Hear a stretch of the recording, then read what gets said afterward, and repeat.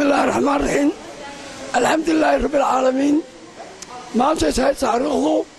صدق إلى عطنك بشي لحد لما كوني أفريقيا طبعا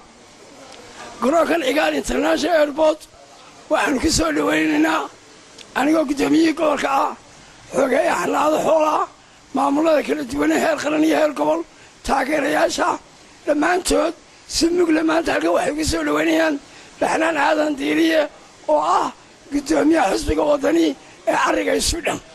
وحنا تكل بيا لابل كلنا هاي وسولواب كسر نقو تلكاجي هوي هذا قلنا والله حسبك وطني أو ما أنت كميسي قبل الصومالان أي كليين وسمك له يسبح له فرحديثه هذا لا درويتن. الحمد لله رب العالمين. halkan maanta aynu isugu nimi airportkii Hargeysa caasimadda Hargeysa Cigaal International Airport waxa aynu u nimi soo dhaweynta gudoomiyaha ariga Sweden ee xisbiga wadani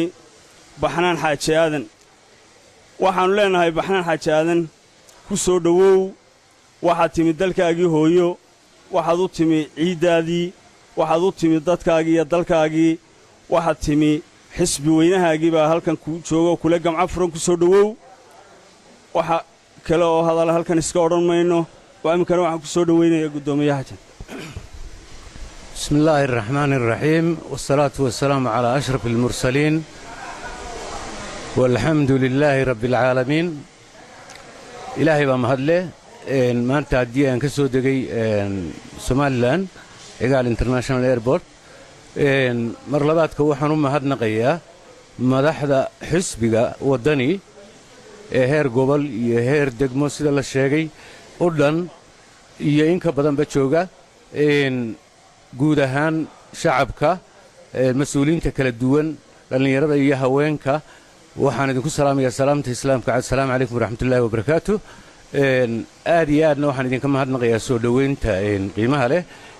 ay ugu soo dhaweyseen Cigaal International Airport waxa kale oo mahadnaqayaa dhammaan ummadda Soomaaliland joogta iyo ummadda dibadaha joogta ay arki doonta insha Allah labadaba waxaan leeyahay tartanku waa xalaal xisbiyaduna waa tartamayaan si sharciyeed baa wadanka ka jirto loogu tartamaya dawladda annagu intii xilka hayso waa ixtiraamayna shaqadeedana ku ixtiraamayna hawlahoodan ku ixtiraamayna waxa wanaagsan inay iyaguna xisbiyada kala duwan arrimahooda iyo hawlahooda iyo mas'uuliyiintooda ku ixtiraamaan sidaasoo dalku inoogu dhismayaa sidaasaynu horumar ku gaadhaynaa haddii lagu hadlaysooda qabtay qoloba qolo u joojin weydo wax halaale iyo wax badan oo inoo soconayaa ma jiro mas'uuliyiinta waddanka hayso waa salaamaynaa heer madaxweyne laga bilaabo mas'uuliyiinta qaranka oo dhan maalinba nin baa xilka haya berrito waxaa laga yaabaa inaannu annagu qabanno waxaan hadalka ku soo jaraya aan leeyahay ogow weligaa ogow ahaw weligaa ahaw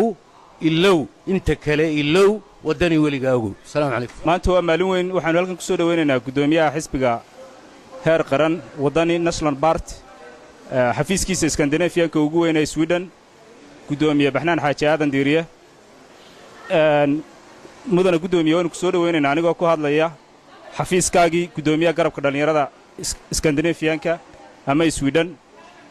Maxamed Cabdiraxmaan Jaamac Maxamed Xidig